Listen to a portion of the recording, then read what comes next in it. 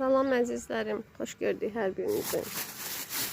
Dediyim kimi biz yəni yediyimiz içkilərin qabığını atmamağa çalışırıq ya da ki tullantılarımızı çeşidləməyə çalışırıq çoxla. Ümid edirəm hər kəsdə də bu yəni düşüncə, bu fərqindəlik mövzusu daha da inkişaf eləyər, yayılar hər kəsə. Çünki təbiətimizi çirkləndirməməliyik, gələcək nəsillərimizə gözəl bir dünya buraxıb getməliyik. O səbəbdən mümkün qədər hətta zibillərimizə belə qənaət eləməliyik. Burada keçən dəfədən istifadə elədiyimiz yumurtaların qabıqları var. Bunlar da torpaqlarımız üçün çox gözəl bir gübrə rolunu oynayacaq. Həm də torpağı həşəratlardan qoruyur. İlbiz kimi həşəratlardan, həşərat deməyim də, yəni ilbizlərin tərəvəzimizə gəlməsinə imkan vermir. Bu da yeni.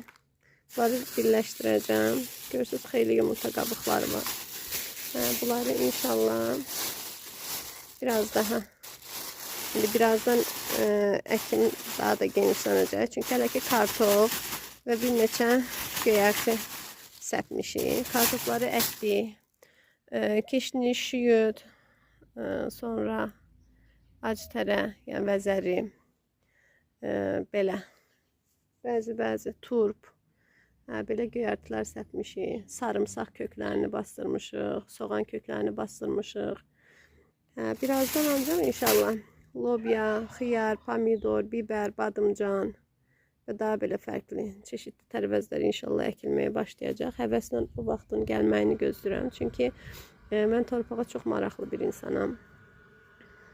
Buna heç vaxt imkan tapa bilmirdim, ancaq bu ildən başlamışam və bunu da bu həvəsli olan insanlarla bölüşmək istəyirəm.